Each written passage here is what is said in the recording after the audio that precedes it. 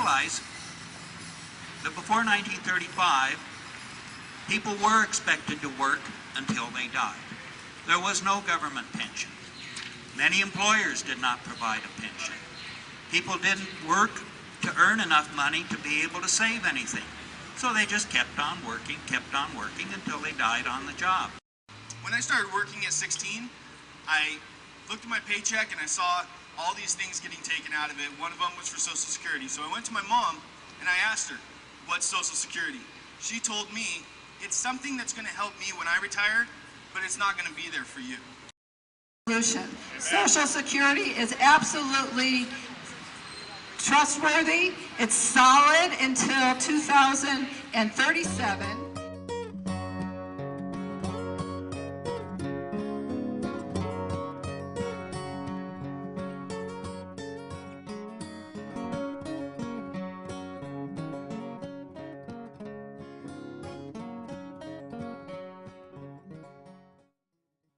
Social Security is a federal program which provides a basic income for senior citizens, the disabled, and the young families of the deceased or disabled. It is funded by taxes taken out of our paychecks. It is essentially financially sound and is not a drain on the federal budget. It is an entirely separate fund. In 2010, President Obama created a commission to address the federal deficit, a commission composed of Democrats and Republicans who are enemies of Social Security, Medicare, and Medicaid. The deficit is being used as a ploy to destroy the safety net. So-called deficit hawks never suggest real solutions, such as cutting military spending or closing corporate tax loopholes. What they are suggesting is that Social Security be reformed. But their proposed reforms are to reduce benefits, raise the retirement age, and privatize Social Security by investing the funds in the stock market. To maintain and improve Social Security, the single best step would be to eliminate the payroll cap.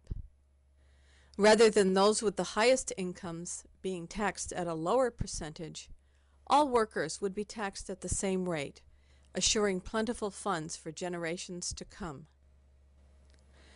Here's what people in San Jose are saying. Not something that we need to cut. It's not something that we need to make worse. It's not something we need to push the age out to make it harder for people to get.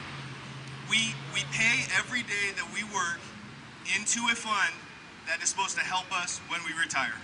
I'm gonna quickly look at my notes, because I forgot what my next part was. You know, the real issue of it is for young people, is it goes back to jobs. It goes back to jobs again.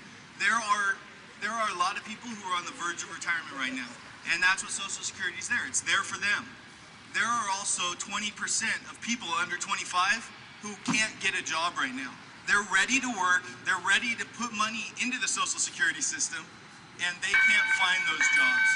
So what we need to do is we need to fix unemployment, and we need to not cut Social Security, because when I retire in 30 plus years, I expect it to be there for me.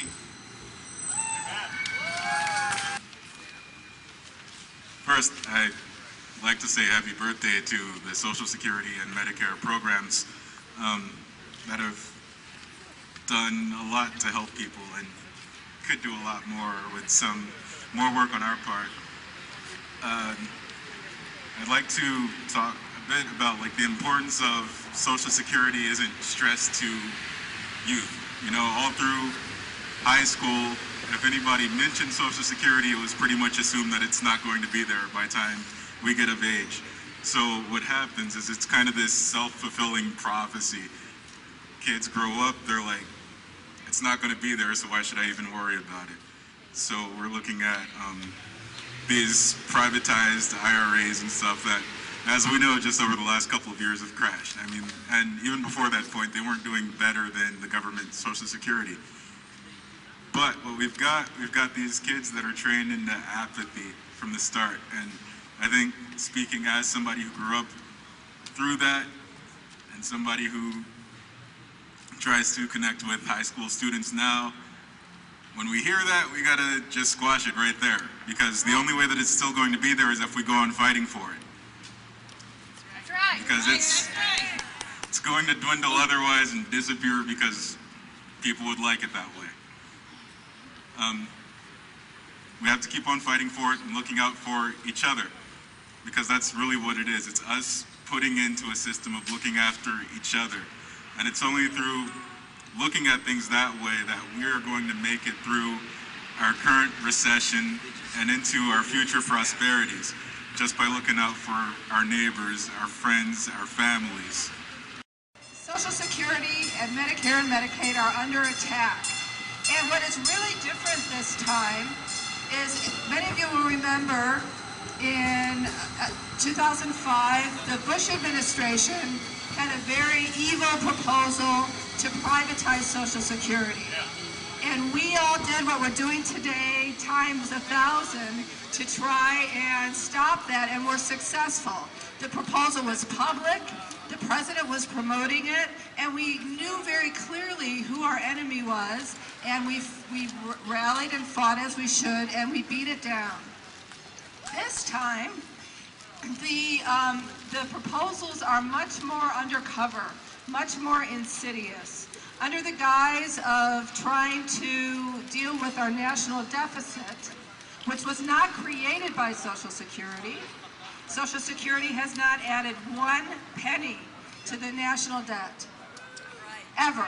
It has made its payments to people every month for 75 years through its own fund that we all contributed to when we were working. And as I tell people, you all can thank me later, maybe give me an extra piece of cake, because I'm paying for those of you who are currently receiving Social Security. How many people here now get Social Security? So you can thank me because I'm working and I'm still paying into it, and I pay for you. And our goal here today is to make sure that my kids will still be getting Social Security and will be paying into it for me so that I can retire sometime. This is really a family program. This commission that the president established, the Deficit Commission, which is supposed to be looking at how to balance our budget by 2015, has a lot to look at in terms of how we spend our money. Social Security is not one of the things that should be on the table. Amen. Because it doesn't contribute 1 cent to that deficit. Things like war, corporate bailouts. Now that is what we should be looking at to solve our deficit problem, not Social Security. Tax cuts for the rich, exactly. And you know, we're fighting this at the state level too, as we struggle with a very difficult budget again this year. Why are we looking at cutting those programs that are the poorest, frailest folks depend on, instead of closing some of the corporate loopholes? And I know that a lot of younger people, my age, I'm not that young, but people younger than me, have already been convinced that Social Security is not going to be there for them. And if Social Security isn't going to be there for them, what do they think will be? Their 401k? Well, we have already seen what happens when you invest your retirement security into the private sector. Some people, yes, have gotten quite rich off of that, but most of us who have very little to invest in the first place have gotten sunk. And Social Security is the only thing that we have to depend on. So we have to tell our kids and our grandkids and their kids that if you want Social Security to be there for you because you're paying for it now, then you have to fight for it. And you have to fight harder than you've ever fought for anything in your life. And they could cut it in many ways. The most popular proposal that many Democrats are currently supporting, not just Republicans, is raising the retirement age. That is a benefit cut.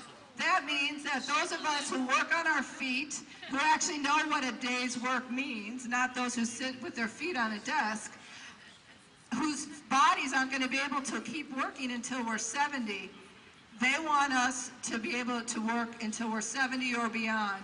That is not a solution.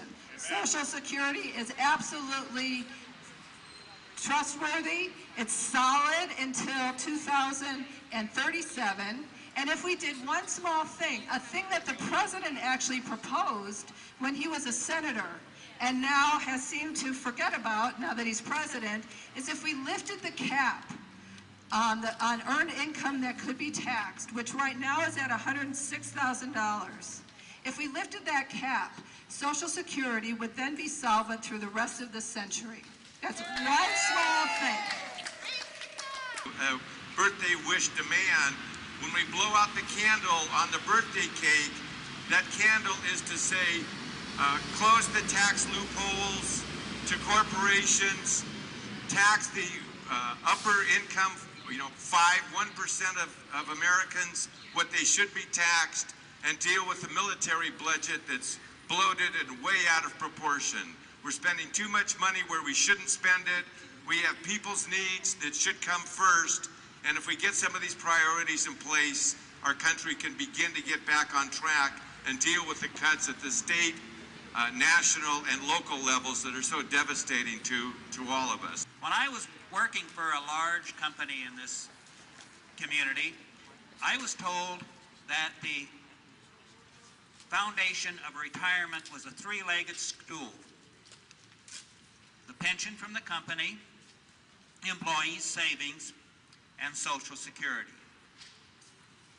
Well, that company now no longer has a defined benefit pension program. And I wonder what they're telling the employees now is the foundation of their retirement. Most, you read the statistics on Social Security. Most of the people on Social Security now do get a pension program in addition to Social Security. But that is going to fade away, which makes Social Security much more important.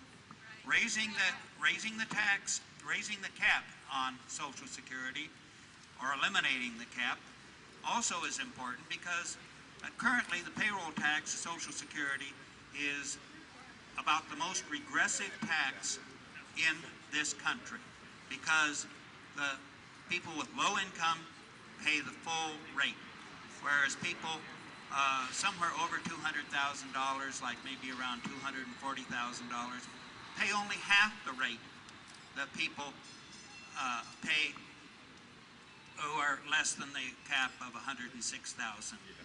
And then when they go on up, which in this country, in the last decade, the salaries of management and CEOs has skyrocketed, whereas the salaries of the factory floor workers has not gone anywhere relative to inflation. Poor are getting less, the rich are getting richer, and we talk about the recession, we talk about the depression. These used to be called panics. They don't hurt the rich. The rich have assets that are beyond what they need. And when they see the poor struggling, having to sell their assets, the rich buy them up and become richer. So that's what we have to worry about. Who is going to support people in their old age? You realize that before 1935, people were expected to work until they died. There was no government pension. Many employers did not provide a pension. People didn't work to earn enough money to be able to save anything. So they just kept on working until they died on the job. This should not happen. Amen. Hands off Social Security! Hands off Social Security! Hands off Social Security! Hands off Social Security! To reduce benefits, raise the retirement age, and privatize Social Security by investing the funds in the stock market. To maintain and improve Social Security, the single best step would be to eliminate the payroll cap.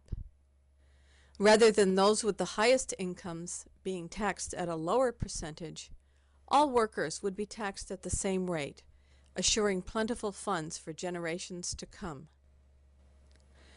Here's what people in San Jose are saying. Not something that we need to cut. Deficit. A commission composed of Democrats and Republicans who are enemies of Social Security, Medicare, and Medicaid. The deficit is being used as a ploy to destroy the safety net. So-called deficit hawks never suggest real solutions, such as cutting military spending or closing corporate tax loopholes. What they are suggesting is that Social Security be reformed. But their proposed reforms are to Me, it's something that's going to help me when I retire, but it's not going to be there for you. Social Security is absolutely trustworthy. It's solid until 2037.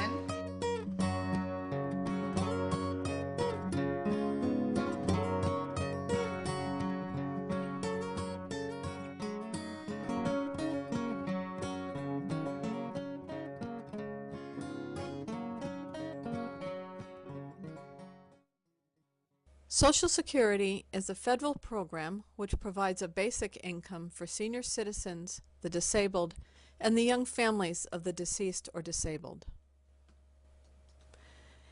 It is funded by taxes taken out of our paychecks. It is essentially financially sound and is not a drain on the federal budget. It is an entirely separate fund.